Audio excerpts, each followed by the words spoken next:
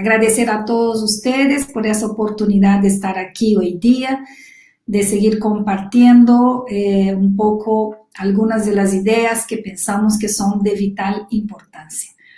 Para empezar nuestro tema, que hoy día acabo de escuchar la charla del doctor hablando sobre violencia, yo también voy a hablar algo sobre esto, pero para empezar este tema, que es un tema que mueve fibras, ¿no? Hablar de los diferentes tipos de maltrato, hablar de lo que está sucediendo en nuestras sociedades, hablar acerca de lo que nosotros en estos momentos estamos sintiendo por diferentes factores o sintiendo hacia diferentes contextos y personas, toca fibra. ¿Qué es toca fibra? Nos toca lo más profundo de nuestro ser. Nos toca sentimientos, pensamientos, emociones, comportamientos. Entonces, en este tema, que es un tema que realmente toca fibra, porque muchos nosotros tenemos memorias de situaciones del pasado, de la infancia. Muchos de nosotros hemos tenido amigos con memorias con relación a esas situaciones.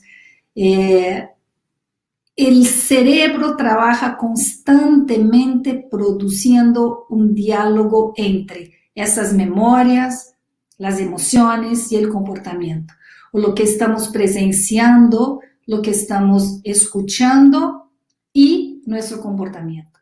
Entonces, por ser un tema que toca bastante la fibra de las personas, que toca dentro profundamente, quiero pedirles a todos ustedes que hagamos un ejercicio. ¿Cuál es ese ejercicio?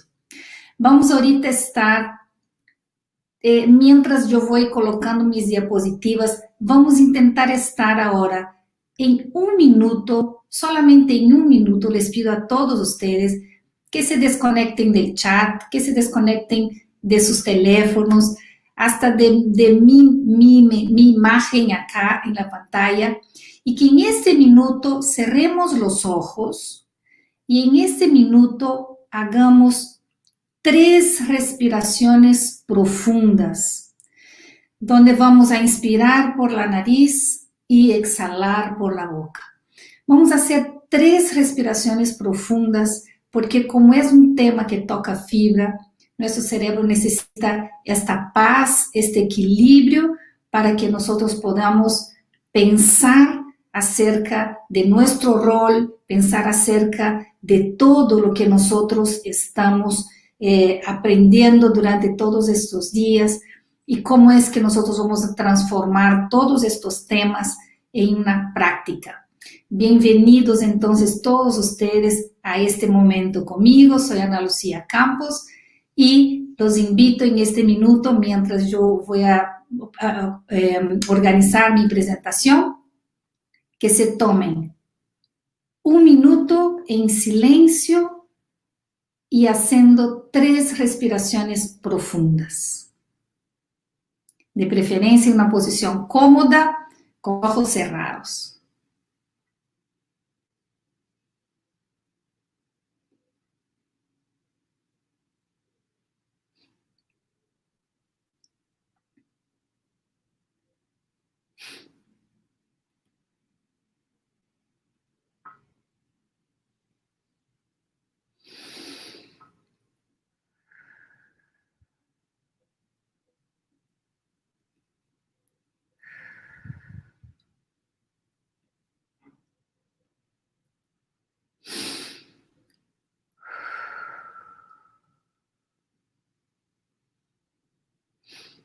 Muy bien.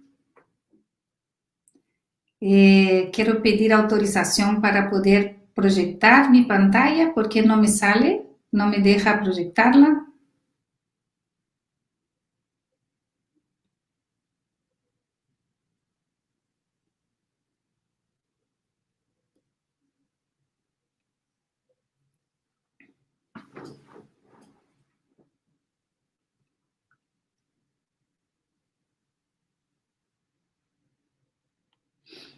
¿Listos? Muy bien. Entonces, mediante estas respiraciones, nosotros damos inicio a un tema que nos une ahora, ¿no? Sobre el impacto que tiene todas estas situaciones de violencia y de maltrato en el proceso de desarrollo cerebral. Yo quisiera que alguien me ayudara, no estoy viendo la pantalla proyectada, no sé si por favor ustedes pueden colocar la pantalla.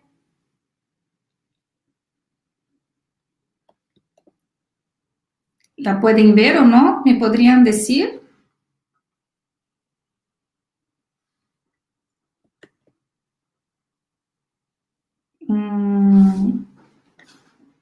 Déjame mirar acá, perdónenme. Si está viendo la pantalla o no, porque no consigo ver la pantalla. No.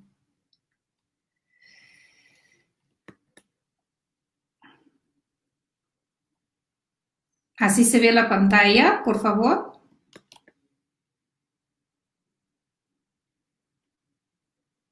Dame un minuto que parece que hay algún problema acá.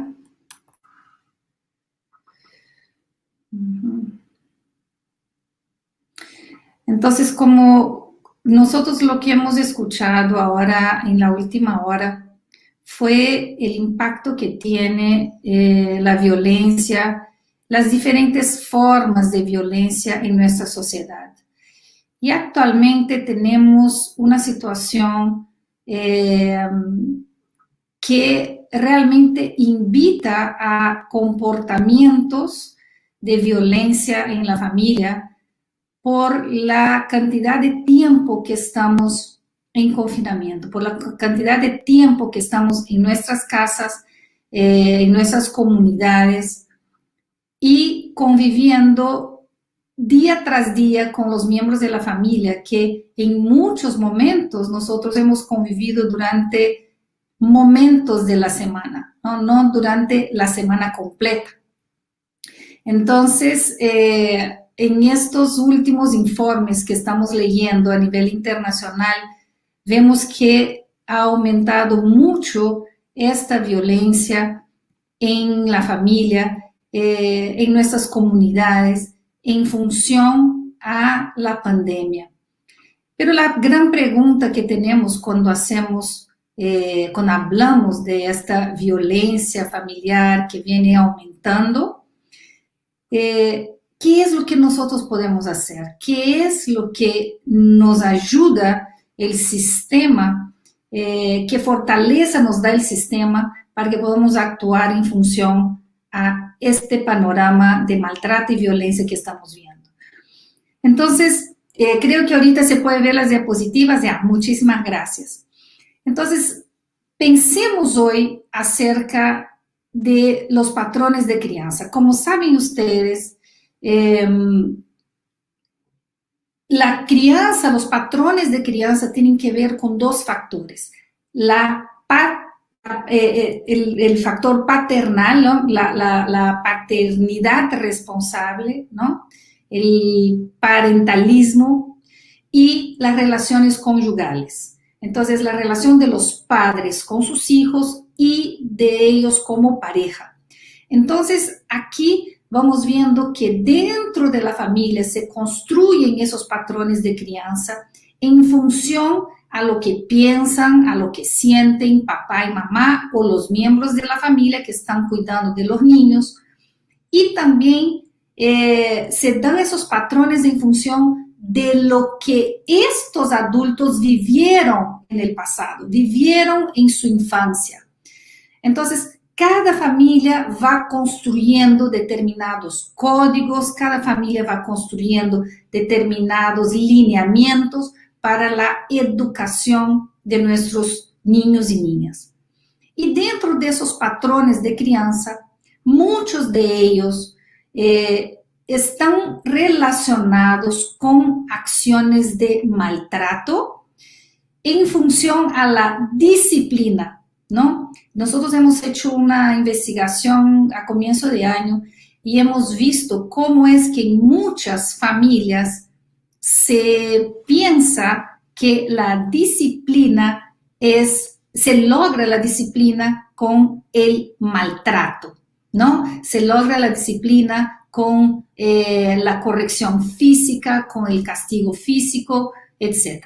Sin embargo, nosotros vamos entendiendo cada vez más el cerebro humano y vamos entendiendo cómo es necesario que estos patrones de crianza en la casa, como estos patrones de comportamiento en la familia, pueden y deben ser repensados.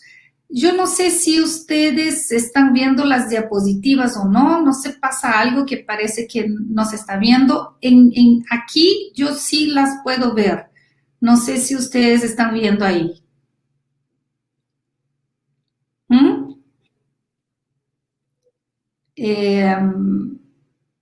No sé si pueden ver, pero vamos avanzando. Voy a intentar igual enviar esas diapositivas allá para que tengan, que pase que están muy pesadas y no estaba pasando por correo.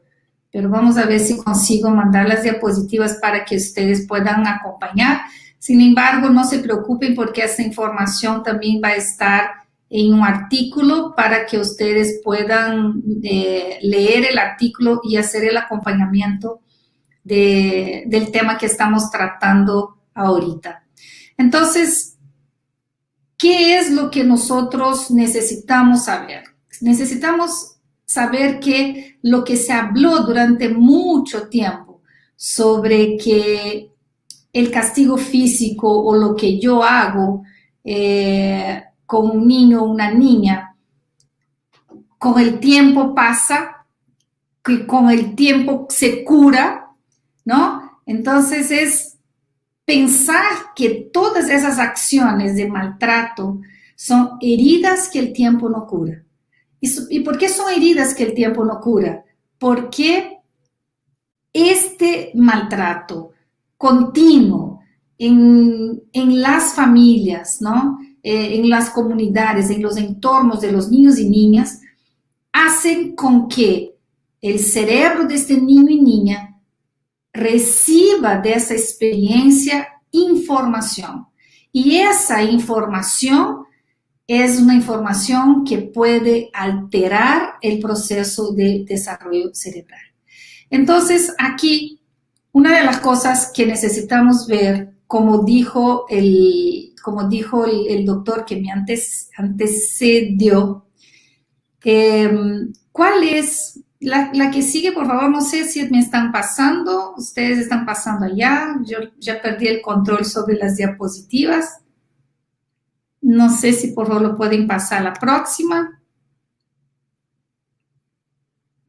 La tecnología, yo les pedía un minuto de respiración para que podamos arreglar la tecnología, pero no sé qué está pasando allá que no me dejan exponer la cámara.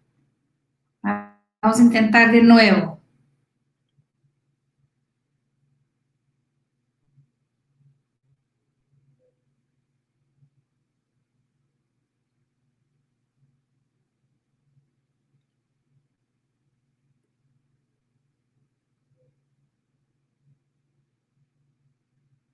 Listo, ¿lo pueden ver?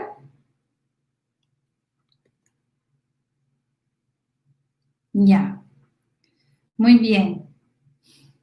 Vamos a intentar ver si funciona ahora.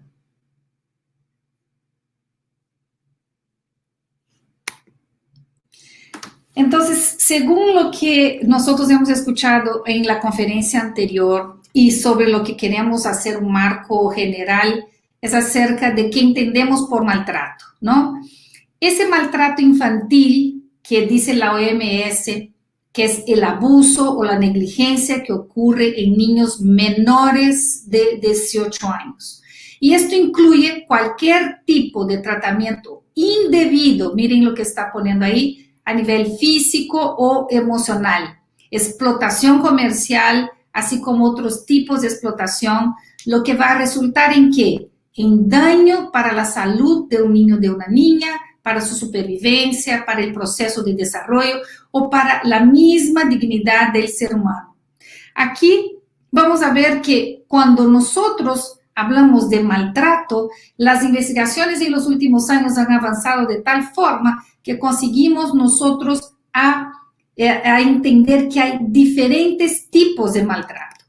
¿Y cuáles son esos diferentes tipos de maltrato? Podemos, para organizar y que tengamos una mente más ordenada, podemos ver 3 grandes tipos de maltrato. Unos que son caracterizados como abusos, otro como negligencia y otra categoría como violencia.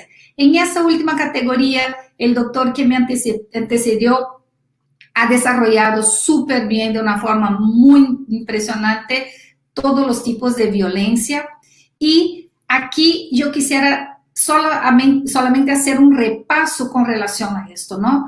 Que cuando hablamos de abuso y de violencia, muchas veces se dialoga esas dos categorías, ¿no? El abuso físico, el abuso sexual, el abuso emocional están igualmente, y en caso de abuso, además se pone una categoría que es el abuso psicológico. Dentro de la negligencia, que en los últimos años, hace muchos años atrás no se hablaba de la negligencia como un tipo de maltrato en la crianza de nuestros niños y niñas, ¿no? En el proceso de crecimiento y desarrollo de ellos. Pero ya sabemos que las investigaciones en neurociencia nos vienen demostrando cómo tiene un impacto tan profundo y negativo la negligencia en el desarrollo de nuestros niños y niñas. Entonces aquí, cuando hablamos de negligencia, podemos ver que hay diferentes momentos, diferentes tipos de negligencia. Esa negligencia ocasional, que es esa negligencia que yo dejo al bebé llorando, llorando, llorando y no le presto atención, no lo atiendo, lo dejo un momento desatendido o lo dejo en un momento deprivado de estímulos, ¿no? Sin tener un proceso de interacción adecuada, sin estimular a este niño de forma adecuada. Entonces, esa negligencia es una negligencia que tiene un tipo de impacto en el proceso de desarrollo de un niño.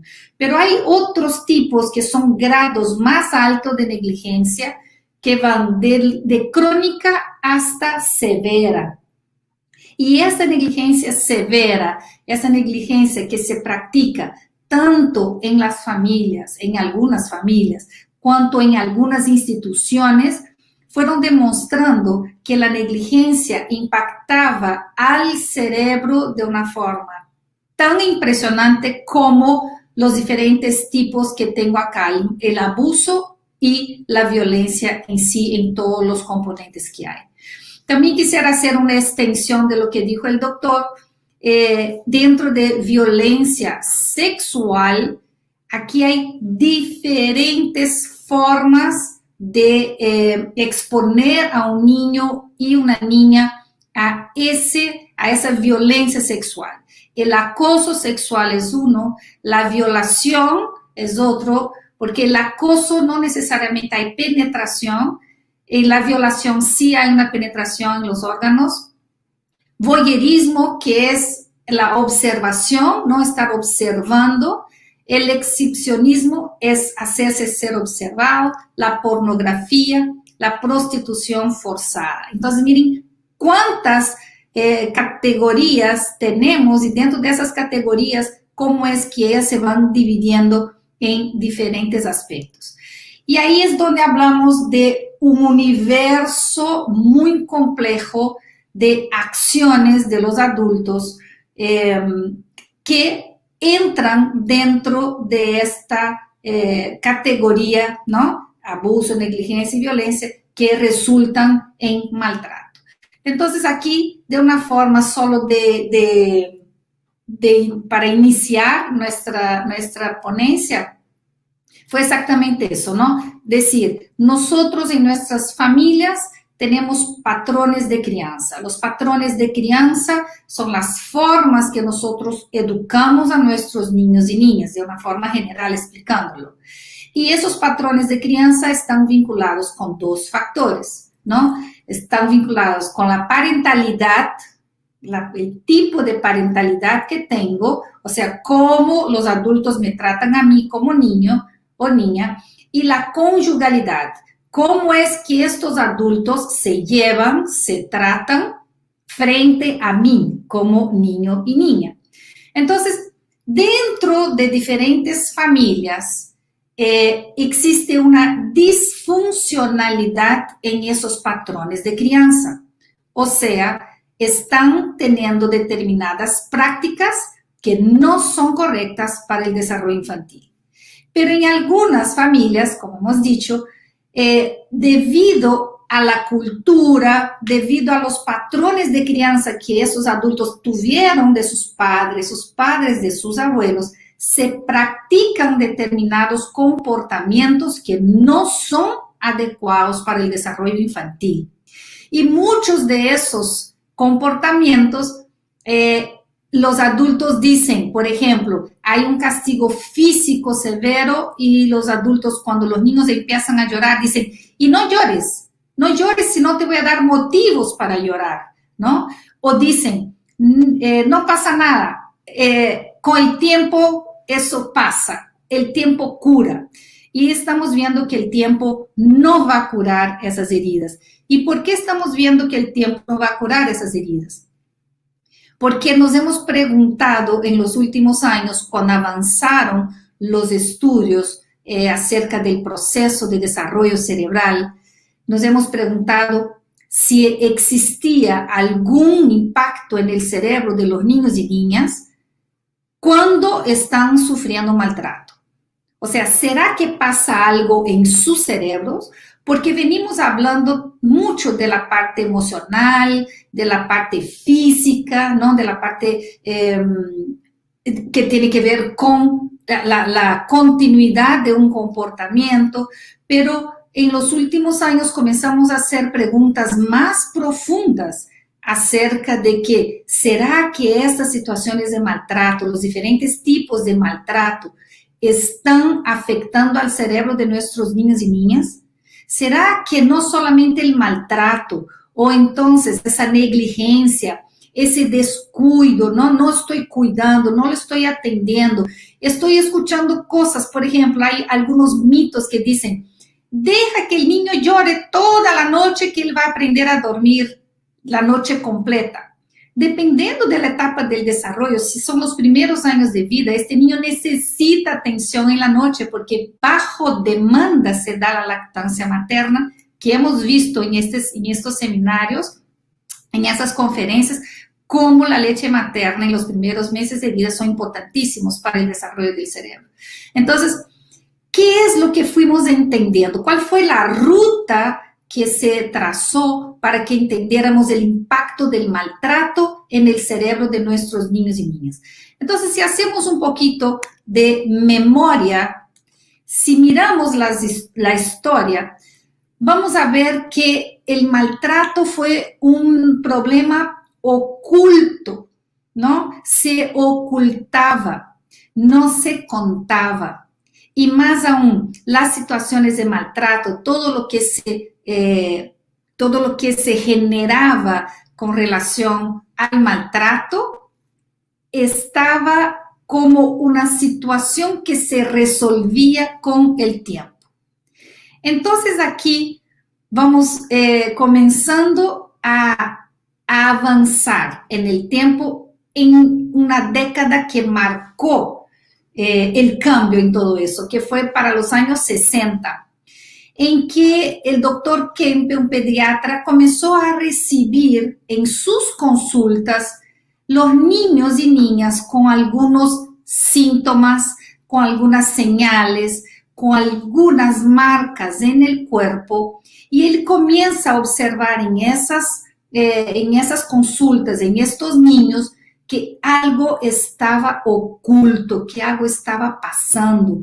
Y los papás que decían, no pasa nada, como dijo el doctor, ¿no? Se cayó, se golpeó. Entonces, ese doctor Kempe comienza a hacer una investigación profunda acerca de qué es lo que estaba aconteciendo en muchas familias y publica un artículo que se habla acerca del síndrome del niño maltratado. Y comienza él a exponer en las sociedades esta situación de maltrato en las familias. Cuando ese artículo es lanzado en el año 62, las sociedades ya comienzan a preguntarse, ¿será que existe maltrato dentro de las casas, dentro de las familias, en el hogar? ¿Qué será que está pasando dentro del hogar? Y eso todo estaba oculto hasta entonces. Entonces, a partir de los 70, ya comienzan a salir en informes, en denuncias, que realmente muchas familias ocultaban las situaciones que se vivían de maltrato. Y ahí entonces comienzan a partir de los 70 a hacer unos dibujos iniciales de leyes, ¿no? De normativas para intentar detener, para intentar controlar estas situaciones de maltrato en contra de los niños y niñas. Pero para la década de los 80, algo más llamó la atención. ¿Qué llamó la atención? Que muchos adultos que eran pacientes psiquiátricos, que tenían trastornos psiquiátricos, en los estudios que se hacían acerca de su trastorno, de su comportamiento y la historia vinculada a su vida, encontraban que muchos de los trastornos que tenían esos adultos, esos trastornos psiquiátricos, tenían que ver con traumas por abuso en la primera infancia. Entonces se comienza a generar más y más investigación para entender qué estaba pasando en la mente de estas personas con trastornos psiquiátricos y que tenía una relación directa con los patrones de crianza, con las situaciones de familia en la primera infancia. Y ahí en México ustedes tienen una de las grandes investigadoras que investigaba las mentes asesinas, ¿no? La doctora Ostrovsky de la UNAM. Cómo es que ella también en las investigaciones que ella hizo sobre mentes asesinas, ella encontraba que en muchas de esas mentes asesinas su nudo se dio en los primeros años de vida, en la forma en que esos niños y niñas crecieron, fueron atendidos y cómo eran los patrones de crianza y la relación que había entre ellos y sus padres, ellos en la familia. Entonces, comienzan a ampliarse esos estudios dentro de este grupo de pacientes con trastornos psiquiátricos. ¿Y qué fueron encontrando? Fueron encontrando muchas cosas que sucedían dentro del cerebro humano. Pero para que nosotros podamos entender un poquito qué sucedía en el cerebro humano en estos pacientes que estaban investigando el impacto del maltrato en sus cerebros, aquí ven ustedes un cerebro de un niño, un corte en que ustedes pueden ver aquí diferentes regiones donde en el centro del cerebro existen esas estructuras subcorticales, estructuras que están vinculadas con las emociones, aquí estructuras que están vinculadas con el comportamiento reactivo. Por ejemplo, hay una estructura acá, la amígdala, que esa estructura está en alerta para todas las situaciones que están sucediendo en el entorno y al interpretar una situación o un estímulo que ofrece peligro, esa amígdala reacciona, llama a otras estructuras del cerebro para responder, llama a la adrenalina, ¿no? Llama a mensajeros químicos para que el cuerpo responda a esta amenaza. Entonces aquí, en esta forma muy, muy simple que le estoy poniendo al cerebro humano, ustedes están viendo acá una región bien central, ¿no? Que aquí es conocido como el sistema límbico, relacionado con emociones, que está en la parte subcortical, luego ustedes están viendo en la parte cortical, esa partecita de acá, de abajo, más abajo, no sé si ustedes ven mi flechita, comenzamos con la médula.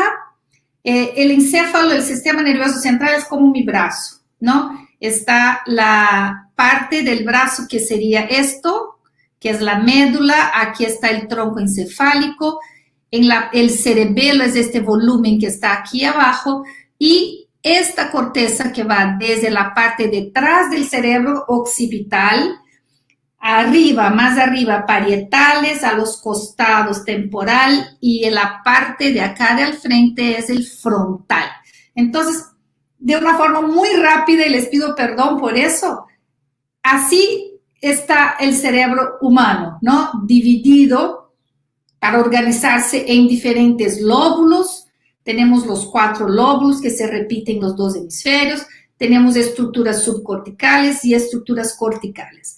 Entonces, ¿qué fue encontrando la investigación acerca de lo que sucede dentro del cerebro humano cuando está pasando por situaciones de maltrato? Ahí viene. Desarrollo deficiente del hemisferio izquierdo, ¿no? ¿Cómo es que una estructura que está en el hemisferio izquierdo llamado hipocampo, que tiene relación con el aprendizaje, que tiene relación con la memoria, estaba siendo afectado? Después, actividades anormales en las ondas cerebrales. Ustedes saben que nuestro cerebro se comunica por medio de la electricidad, mensajeros químicos y la electricidad en sí, sinapsis eléctrica, sinapsis química, y había alteración en esa actividad eléctrica de las ondas cerebrales. Reactividad, irritabilidad límbica en esa región del medio que les enseñé, con una estructura, la amígdala que les mostré, que reacciona de forma muy rápida a las experiencias y a los estímulos. Sí, Ani está colocando acá en el chat que muchos asesinos seriales tienen conflictos en la primera infancia con hecho traumático. Muy bien, Ani, esta es una de las demostraciones de las investigaciones, ¿no? Cómo hay una relación muy grande de ese comportamiento con la forma que este ser humano. No todos, porque existe una palabrita que tenemos que aprender que se llama resiliencia. Gracias a la resiliencia, un niño o una niña, aunque se desarrolló y creció en un ambiente altamente vulnerable, altamente agresivo, él sí sale y tiene la posibilidad de reestructurarse. Con esta capacidad de resiliencia, él puede superar muchas cosas. Solo que dependiendo de la intensidad de lo que sucedió en la infancia, la huella se va a quedar. El tiempo no la va a borrar, el tiempo no la va a curar. Entonces aquí vemos deficiente integración entre 2 hemisferios y una actividad diferenciada en el cerebelo. Ahí que vamos viendo que avanzaron esos estudios y entramos a los estudios ya ahora para la década de los 90, comenzamos a hacer estudios en el ámbito de la neurociencia. ¿Cómo es que desde las investigaciones en neurociencia se comprobaron algunos de estos estudios que se hicieron en pacientes psiquiátricos para entender qué pasaba en su cerebro y qué raíz tenía todo esto, ¿no? Y esa raíz eran esas situaciones de maltrato en la infancia. Entonces, estas investigaciones en neurociencia que vienen demostrando, mis queridos y mis queridas, que las situaciones de maltrato, esas 3 grandes categorías que les puse al comienzo, diferentes tipos de abuso, diferentes tipos de negligencia, diferentes tipos de violencia, afectan no solamente al cuerpo, a las emociones, ¿no? Al lenguaje, afecta al cerebro humano. Entonces, estos niños y niñas, cuando están expuestos o sufren estos 3 tipos tan clásicos de maltrato, su cerebro va a ir transformándose. ¿Y qué viene encontrando la neurociencia? Viene encontrando que sí, esos maltratos, esos tipos de maltrato alteran la actividad eléctrica en el cerebro de los niños, hacen con que esa amígdala, esa estructura que tiene que ver con el ambiente y responder rápidamente al ambiente, y más la amígdala es una estructura que procesa la emoción del miedo. Entonces, un niño con miedo es un niño que tiene esa estructura, esa amígdala alerta todo el tiempo. Es como si estuviéramos con una luz prendida noche tras noche, tras noche, tras noche. No podemos dormir nunca por esa luz prendida. Esa es la amígdala cuando está en reactividad, reaccionando a los estímulos. Y ella está muy vinculada con el miedo. Entonces, cuando un niño está constantemente en esa situación de maltrato y que está con miedo todo el tiempo, esa estructura comienza a cambiar la forma de trabajar, ¿no? Entonces, las funciones cambian las estructuras. O sea, cuanto más se repite una situación, más el cerebro se va modelando por esa situación. Entonces, aquí, ¿qué comprueba más la neurociencia? Que el hipocampo, una región que está vinculada con el aprendizaje, con la memoria, también está alterado.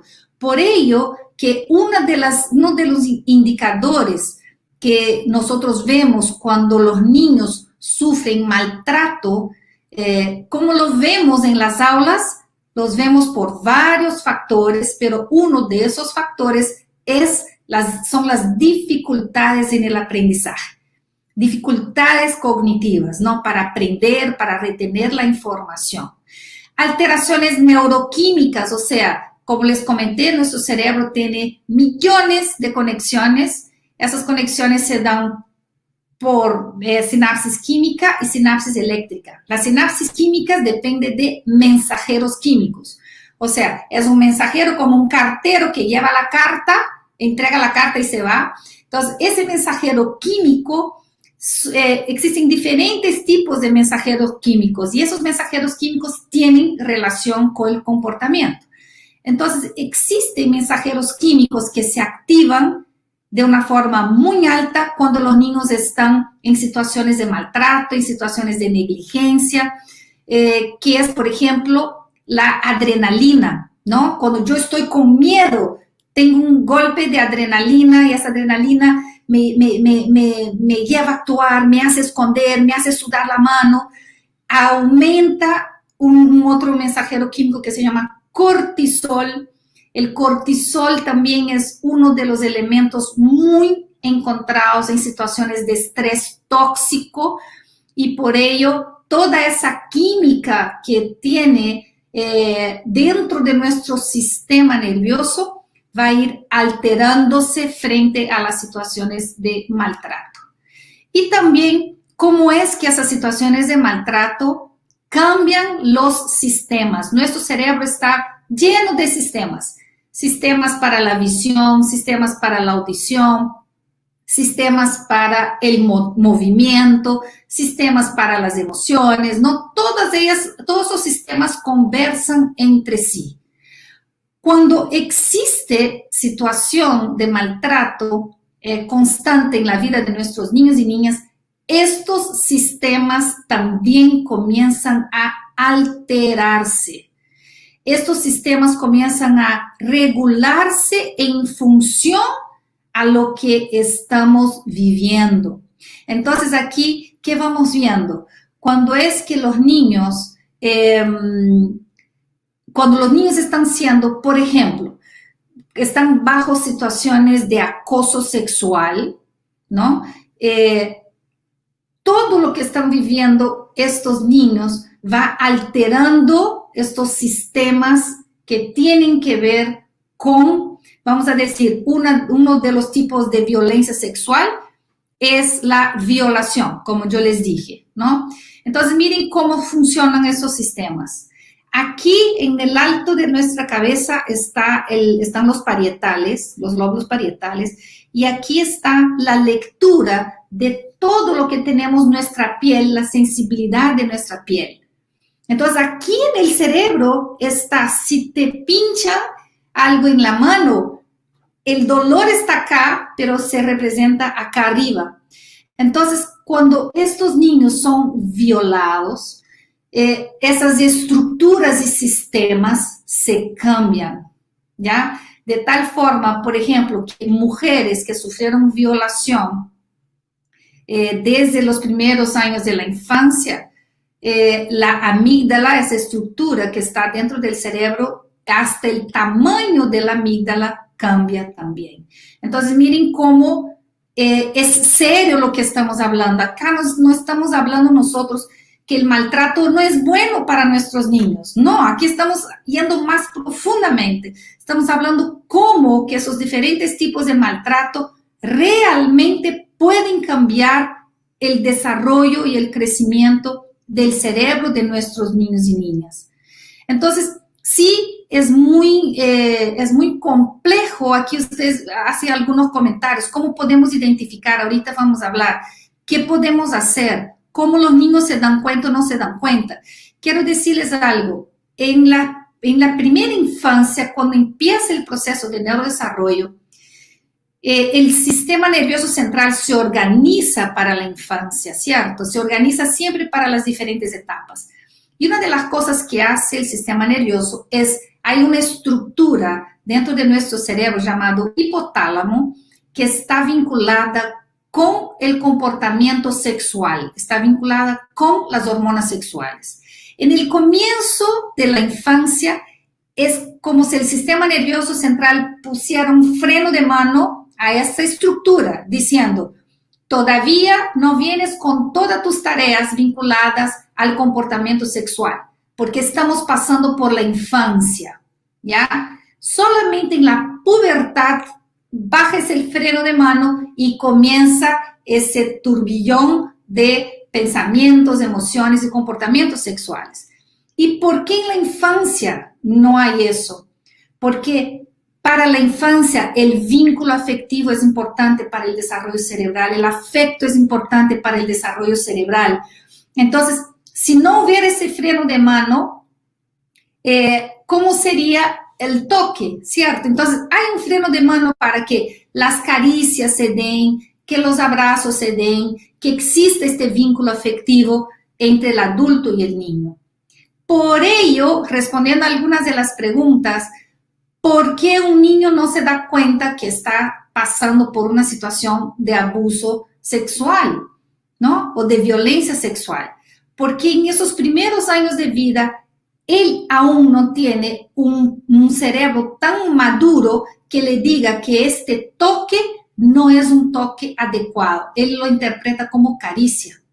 Por eso que difícilmente él cuenta, difícilmente él se da cuenta, ¿no? Entonces, por ello que es muy importante estar siempre atentos a las señales y a las personas a quienes dejamos nuestros niños y niñas, porque en los primeros años de vida ellos no tienen aún una capacidad tan alta para diferenciar ese proceso de esas relaciones, ¿no? Físicas que permitan con que ellos tengan o no tengan alguna comprensión acerca de esa relación. La que sigue, por favor.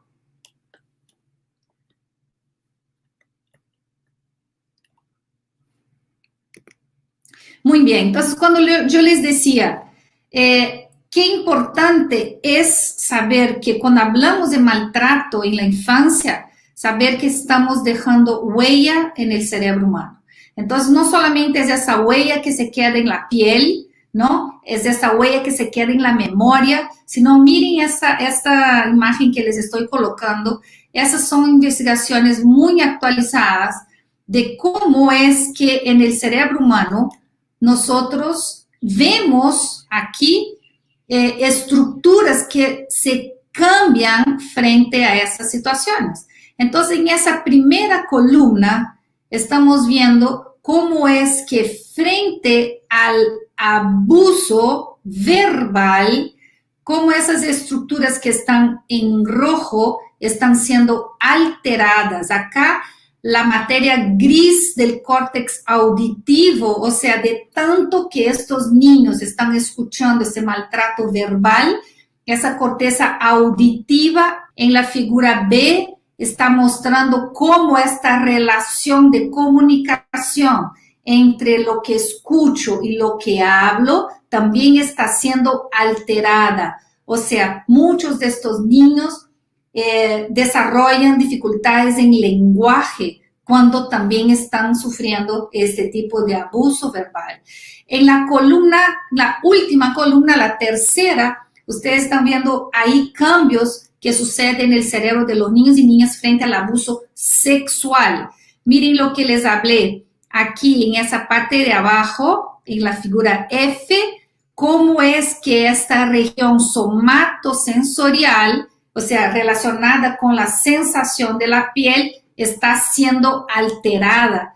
La estructura auditiva, la estructura visual. Miren entonces cómo hay diferentes sistemas que están siendo alterados frente a estas situaciones de maltrato. Entonces, significa que el maltrato en el cerebro deja huella, ¿ya? Y el tiempo no cura esa huella. Y cuando nosotros vemos lo que va sucediendo, ¿qué pensamos? Ok, ¿cómo voy a identificar esos comportamientos? ¿Cómo voy a hacer con que esos comportamientos me lleven a la comprensión de que un niño o niña está pasando por una situación de algún tipo de maltrato? Entonces, ahí nosotros comenzamos a ver, en la conferencia anterior ustedes vieron varios de los comportamientos típicos y aquí nosotros vamos a hablar de algunos otros comportamientos también, pero vinculados directamente con esas estructuras que hemos mencionado del cerebro humano que no están trabajando de la forma que podrían trabajar, que están trabajando de una forma alterada. Rosalba dice, ¿se puede reconstruir una persona que vivió violencia? Mira, Rosalba, la resiliencia te ayuda en esto, ¿no? La intervención es básica para que esa persona sobrelleve esas situaciones. Es necesario una intervención, es necesario una ayuda profesional, ¿ya? Entonces, sí hay que tener esto en mente, que nuestros sistemas de apoyo a las familias también hay que tener el sistema de soporte para estos niños y niñas. Entonces, ¿cuáles son algunos de esos comportamientos típicos que nosotros vamos observando? Uno de los comportamientos muy notorios es, como les comentó el doctor, es lo que se observa fácilmente con los ojos, ¿no? Lo que yo estoy observando con los ojos. Un niño retraído, un niño callado, ¿no? Lo que es fácil observar por los ojos. Pero quiero que ustedes miren ahorita no solamente lo que se observa con los ojos, qué es lo que sucede con un niño que está bajo una situación de extrema violencia, maltrato o negligencia. Primero, pueden tener síntomas parecidos a la epilepsia. Sin embargo, no es epilepsia, pero pueden llegar a tener hasta convulsiones como si fuera epilepsia, pero como una manifestación emocional repentina. O sea, como hemos hablado, que estos diferentes tipos de maltrato afectan la electricidad del cerebro, ¿no? Las ondas cerebrales. Entonces, hay un comportamiento parecido a la epilepsia que se deriva de las situaciones de maltrato. Deficiencias en la memoria, ¿no? ¿Cómo es que los niños y niñas tienen dificultad en aprender y guardar lo que aprenden en diferentes sistemas de memoria? Pueden presentar personalidad disociativa o pueden tener algún trastorno límite de la personalidad. puede cambiar su procesamiento y expresión de las emociones. Pueden tener un menor equilibrio en la postura del cuerpo, un menor sistema tensional funcionando, un mejor sistema emocional funcionando, tener menos capacidad de compensar y regular esa inestabilidad emocional. Entonces, miren, más allá de lo que observamos en el cuerpo de los niños y niñas, miren todo lo que está sucediendo dentro del cerebro de estos niños y niñas. Y aquí algo que vimos que es muy, muy crítico y que cada vez se comprueba más, cómo es que nuestros niños y niñas están pasando por estados de depresión, de ansiedad, de pánico y de ira. Y muchas veces esos ataques de ira no se entiende que hay una relación de esos ataques de ira con la violencia que está viviendo el niño y niña. Acuérdense que en el comienzo del neurodesarrollo, el cerebro humano no filtra, el cerebro humano aún está inmaduro. Nuestro cerebro ahora más maduro, él puede identificar muy fácil situaciones correctas e incorrectas. Pero en el comienzo de la vida, en el proceso inicial de neurodesarrollo, el cerebro humano no filtra con tanta facilidad lo correcto de lo incorrecto, necesita practicar. Por ello, comportamientos de ira de los padres de familia, ¿no? de los adultos que están en la familia, son altamente copiados por los niños. Y en este momento los niños nos dicen,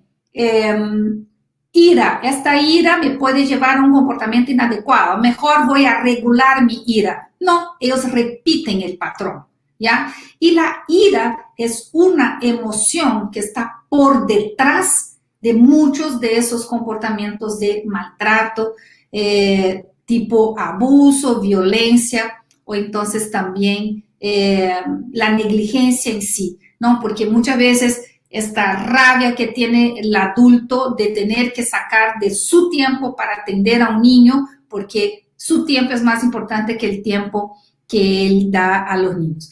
Quiero hacer unos comentarios con relación a los comportamientos que ustedes vienen mencionando acá, ¿no?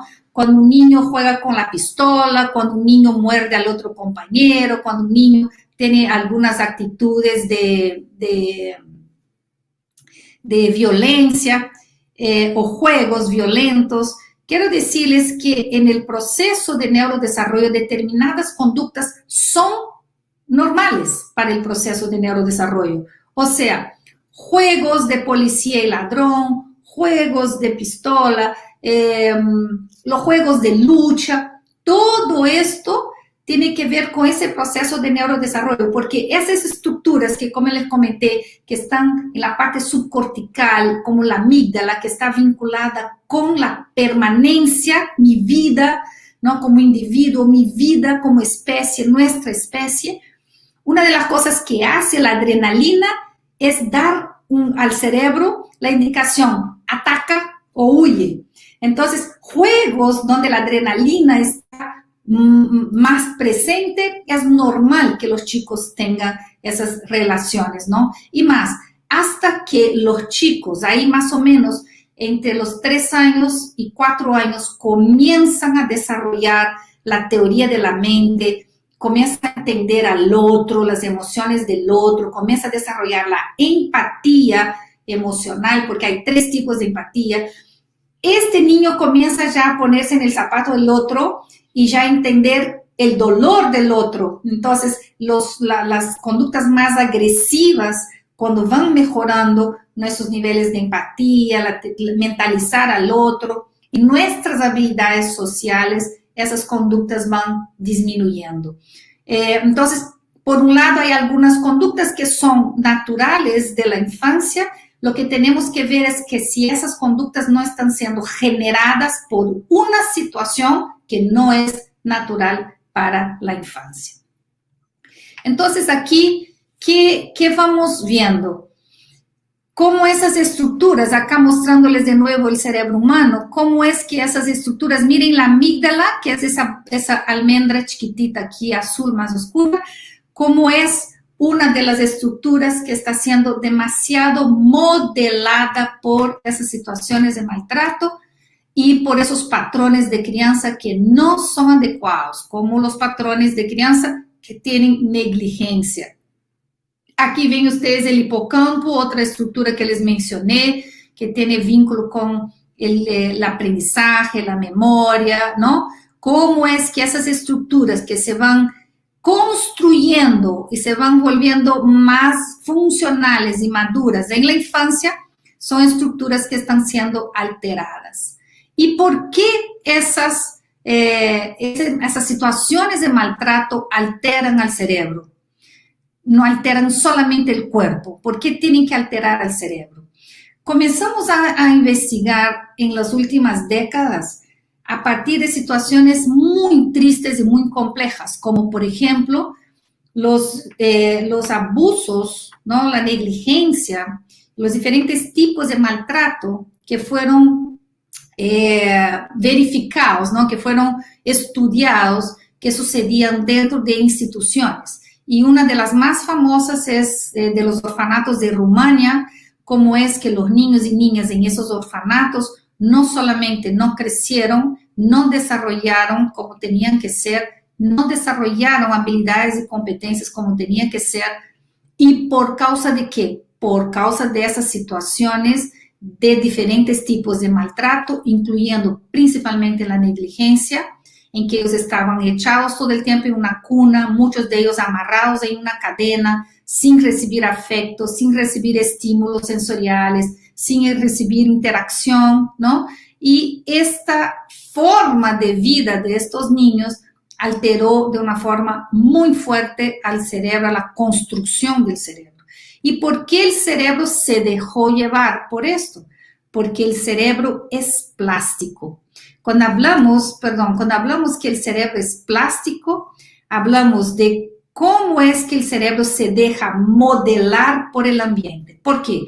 Porque el cerebro es la suma, la construcción del cerebro, la construcción del desarrollo del cerebro es la suma de factores genéticos y factores ambientales. Entonces, parte de lo que soy es genética, es heredado. Y ahí respondo a una otra de las preguntas. ¿Será que un niño es violento porque sus papás son violentos? Puede ser tanto a nivel genético como a nivel ambiental. O sea, hay una carga genética que me pasa de mis papás, de mis abuelos hacia mí, ¿no? Entonces hay una herencia genética en que me hace tener determinados rasgos de comportamiento por mi temperamento, ¿no? Y otros que es por el ambiente en sí.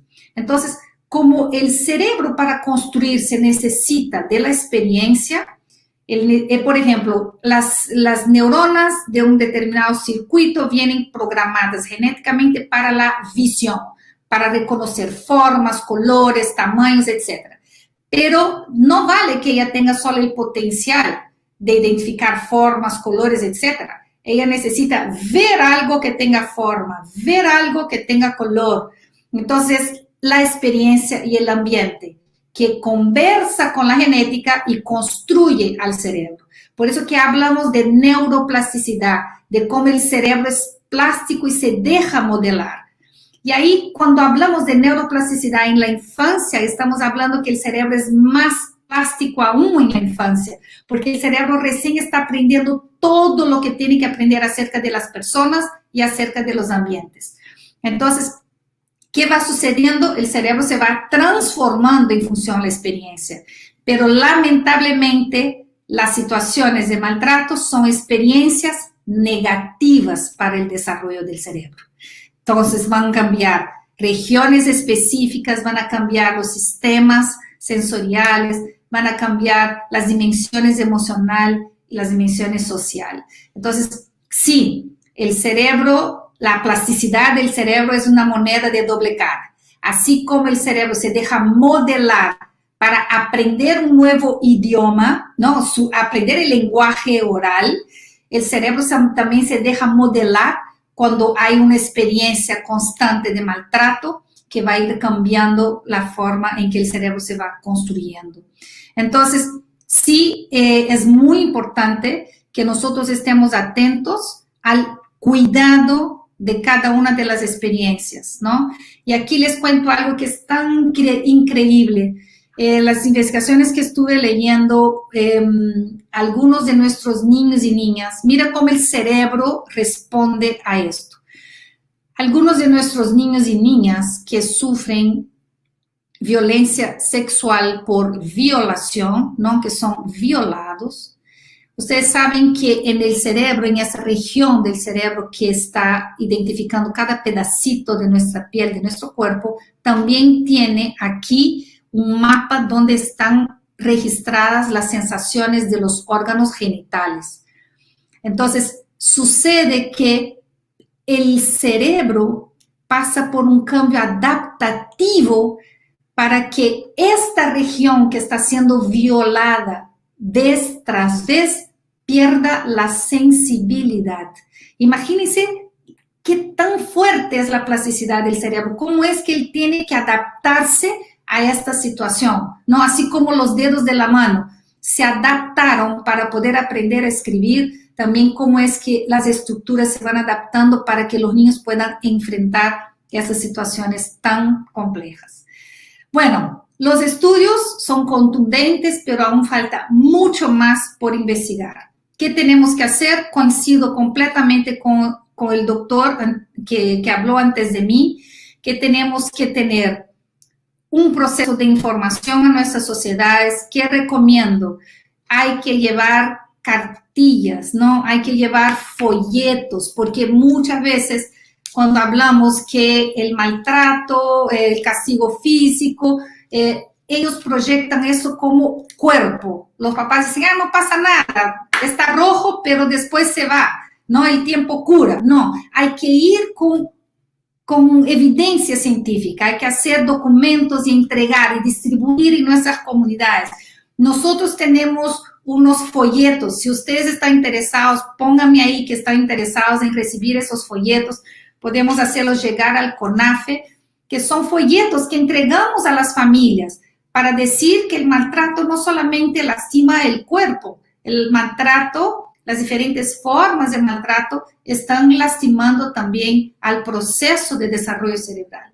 Entonces hay que informar a la comunidad, hay que construir políticas y leyes para que se respalden las acciones. Ustedes dijeron, ¿qué puedo hacer yo si veo situaciones? Tienen que denunciar. ¿A dónde van a denunciar? Entonces, miren, aquí todos los que trabajan con la infancia, esta información tiene que estar en sus manos. Ustedes ya deberían saber de antemano cuál es la línea que tienen que llamar, cuál es el procedimiento. Entonces, cuando organizamos nuestro quehacer con los niños y niñas, en lo que ustedes están haciendo directamente con las familias, también ustedes tienen que tener un manual por costado diciendo situaciones A, B, C que tengo que hacer frente a estas situaciones, ¿cierto? Prevención, hay que trabajar con prevención, hay que hacer con que exista una orientación al adolescente para que sea un padre responsable, una madre responsable.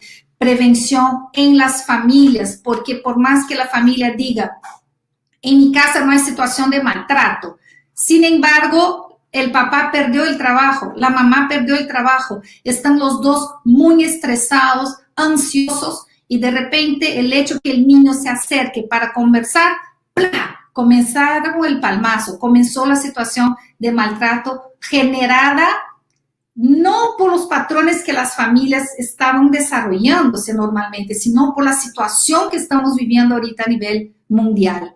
Entonces, muy importante hacer prevención, decir a los papás sobre el estrés, cómo su estrés puede alterar su comportamiento y su comportamiento alterado puede alterar a los niños y niñas. Formación, es eso que ustedes están, partecita de lo que ustedes están haciendo hoy día conmigo y están haciendo toda la semana. Entrar en un proceso de formación donde el conocimiento que ustedes vayan construyendo les pueda transformar en herramientas concretas para usar, ¿cierto? Porque lo que tienen que hacer ustedes es llegar a trabajar ahí. Y aquí quiero recomendarles algo. Dentro del programa del CONAFE, dentro de lo que ustedes hacen, no solamente tenemos que pensar en las estrategias que vamos a desarrollar con las familias para que estimulen a sus niños y niñas, para que desarrollen, para que aprendan. Hay momentos que tenemos que estar solamente con la familia, con los responsables, con los adultos, para hablar justamente de esos temas, para preguntar al papá, a la mamá, a la abuela, ¿qué entienden por maltrato? ¿Cuáles son las formas? ¿Cómo prevenir? ¿No? ¿Qué entienden de aprendizaje? ¿Cómo hacer con que aprendan? Hay que tener espacios donde ustedes van a formar a los adultos que están con los niños dentro de este proceso de desarrollo del CONAFE. Y intervención. Llamar, denunciar, ¿no? Si yo escucho que en la casa de mi vecino todo el día pegan al niño, tengo que denunciar. La mayoría de los teléfonos son denuncia anónima, entonces hay que intervenir a tiempo, hay que denunciar y hay que trabajar psicológicamente con este niño. Es muy importante la presencia de los psicólogos en esa situación, porque los psicólogos van a entender ese proceso de desarrollo cerebral. Entonces, para ir terminando, son varios los factores de protección, como les hablé, cuidado sensible y cariñoso, relaciones e interacciones receptivas, apoyo emocional, actividades recreativas y artísticas. Las investigaciones vienen demostrando que aprender un instrumento musical es factor protector. Me preguntaron aquí, ¿cómo desarrollar la resiliencia? Aquí está. Aquí están varias formas de desarrollar la resiliencia, ¿no? Acciones concretas, identificar y reducir las situaciones de estrés tóxico, desarrollar bienestar y salud mental y tener un acompañamiento profesional. ¿Y cuál es la pieza clave en todo eso, mis queridos y mis queridas? Ustedes. Hay una pieza muy importante en esta historia y esta pieza se llama ustedes. Eres tú, tu conocimiento, tu perseverancia, tu estado de salud mental, tu bienestar emocional. ¿Cómo están ustedes como seres humanos? Es muy importante en esto, porque si queremos transformar la vida de alguien, esa transformación comienza con mi vida, con mis patrones mentales. Si yo quiero mejorar los patrones de crianza de las familias que atiendo, yo tengo que comenzar a mejorar mis propios patrones mentales, mi autoconcepto, el cariño por mí mismo, el amor que me tengo, el valor que tengo, para que cuando yo llegue a esas familias, yo pueda llegar como, no solamente como un profesional, sino como una persona que está enamorada de lo que hace, y una persona que reconoce el valor que tiene. Todos ustedes son pieza clave y todos ustedes son valiosos. Yo siempre digo, los programas pueden ser muy buenos, pero por encima de los programas están las personas. Y son las personas que construyen los programas. Y como les comenté el día lunes, lo que hacemos por nosotros se va con nosotros, pero lo que hacemos por los otros se queda, es inmortal, se va a quedar, es nuestro legado. Entonces, los felicito a todos ustedes. No es un trabajo fácil el que ustedes están haciendo, es un trabajo muy complejo. Y este trabajo complejo exige de ustedes amor, perseverancia, paciencia, alegría, buen humor y pensar en algo, y ahí termino. Dicen que el amor es ciego, pero es mentira. El amor no es ciego, el amor es el que mejor ve, porque solo el amor ve cualidades donde todos ven defectos. Solo el amor ve fortaleza donde todos ven debilidades. Entonces, mis queridos, desparramemos, no sé cómo se dice, el amor en todo lo que hacemos y el amor por todas esas familias. Un beso muy grande, felicitaciones por su trabajo y mantengan la paz, respiren 3 veces y sigamos para adelante porque hay mucho por hacer. Doctora, buenas tardes. Mi nombre es Verónica Flores. ¿Cómo estás, Verónica? Muy bien, ¿y usted? Muchas gracias, muy bien.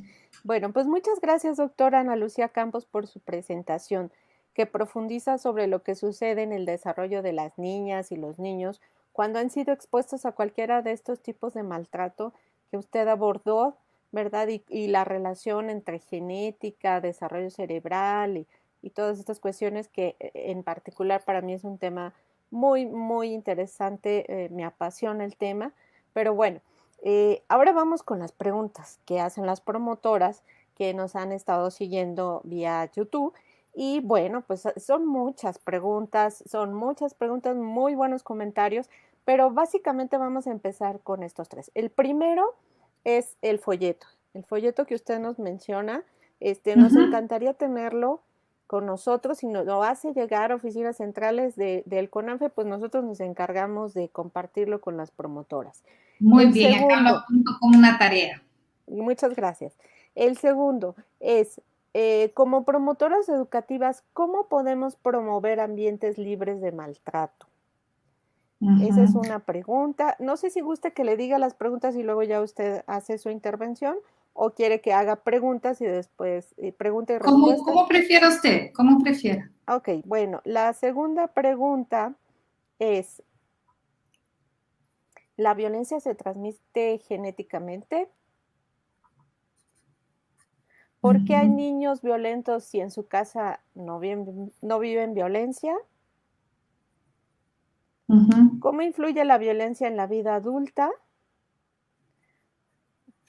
Como ujú. promotores, ¿cómo podemos ayudar a un niño que ha sufrido violencia en su familia? Ya, ahí vamos, ahí vamos. Paramos ahí, Sí, ¿ya? sí, Eh, perfecto. entonces, mira, ¿cómo hacer que nuestros ambientes estén libres de maltrato? La experiencia nos viene mostrando que una de las mejores estrategias para que los ambientes estén libres de maltrato se llama información y prevención. Muchos de los comportamientos, muchos de los patrones de crianza que existen en determinadas comunidades, los adultos no saben que son patrones no adecuados, porque son culturales, ¿ya?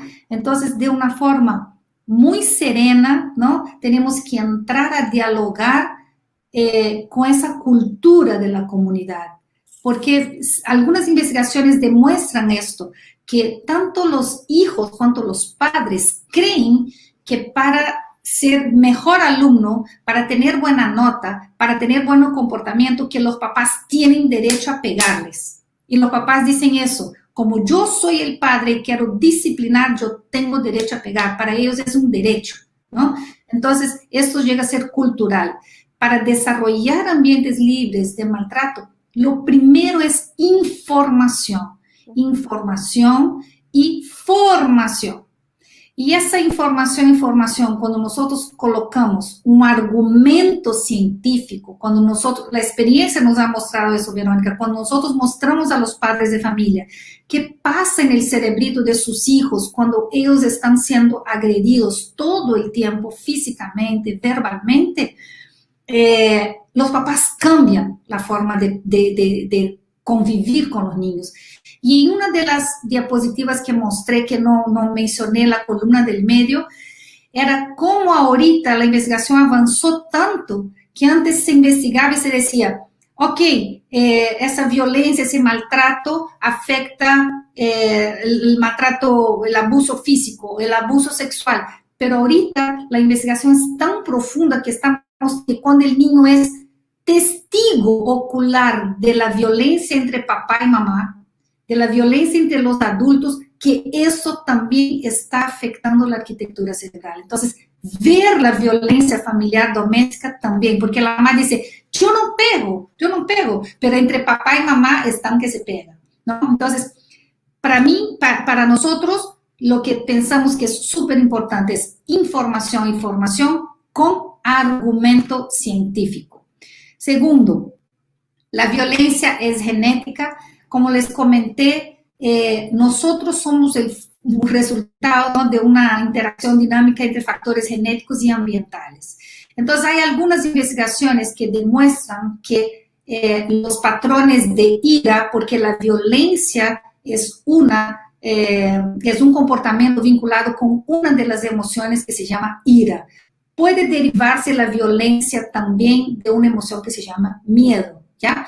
Pero normalmente se ven los actos de violencia vinculados a la ira. Y sí hay mucha evidencia científica que muestra que nosotros heredamos parte de los temperamentos, ¿no?, de nuestros familiares, y puede venir con esa diferente forma de regular la ira. Lo más increíble de todo esto es que si sabemos que nosotros cargamos genéticamente lo que vemos en nuestras familias, cuando tenemos conciencia, podemos modular y autorregular. Entonces, yo puedo ser una persona altamente irritable, yo puedo ser altamente reactiva y por todo quiero pelear. Eso está en mi rasgo de carácter, de temperamento, pero cuando yo tengo conciencia de eso, yo comienzo a hacer ejercicios para regular. Entonces, hasta los mismos niños que tienen comportamientos violentos, cuando ellos comienzan a entender la autorregulación, cómo hacer la autorregulación, ellos comienzan a disminuir esos comportamientos violentos. ¿Por qué hay niños violentos en ambientes que no son violentos, ¿no? Vuelvo a repetir, el proceso de neurodesarrollo es único, mis cerebros, aunque yo estoy en un ambiente A, B o C, mi cerebro se desarrolla en función a mis propios factores genéticos y ambientales, a mi propia forma esta forma neuroquímica de funcionar de mi cerebro humano, y a veces, en casos extremos, los procesos de comunicación de esos mensajeros químicos están alterados en algunos niños y niñas, ¿no? Donde esa alteración neuroquímica los lleva a tener comportamientos violentos, pero ya es una alteración más profunda, no es una rabieta, ¿no? Es porque viene una alteración neuroquímica o algún trastorno del proceso de neurodesarrollo que lo puede llevar a conductas muy violentas y no necesariamente estar en una familia que tenga comportamientos violentos. Bueno, muchas gracias, doctora. Mire, tiene muchísimas preguntas, ¿verdad? Las cuales, si está de acuerdo, le vamos a hacer llegar vía correo electrónico para contestar a las promotoras y los promotores, ¿verdad? Nos encantaría seguir con usted en este programa, pero bueno, pues sabemos de su agenda de trabajo y sabemos de la programación también de los tiempos de este seminario. Entonces, le agradecemos muchísimo, le dejamos un abrazo fraterno de parte del CONAFE y de las promotoras, ¿verdad? Y los promotores, y pues muchas gracias, que tengan muy buena tarde. Muchas gracias también a todos ustedes. Solo para compartir que les vamos a enviar un artículo donde hemos tratado de estos temas para que ustedes puedan tener ese artículo, para que lo puedan leer y poder seguir para adelante. Gracias a todos ustedes. Buenas tardes. Buenas tardes.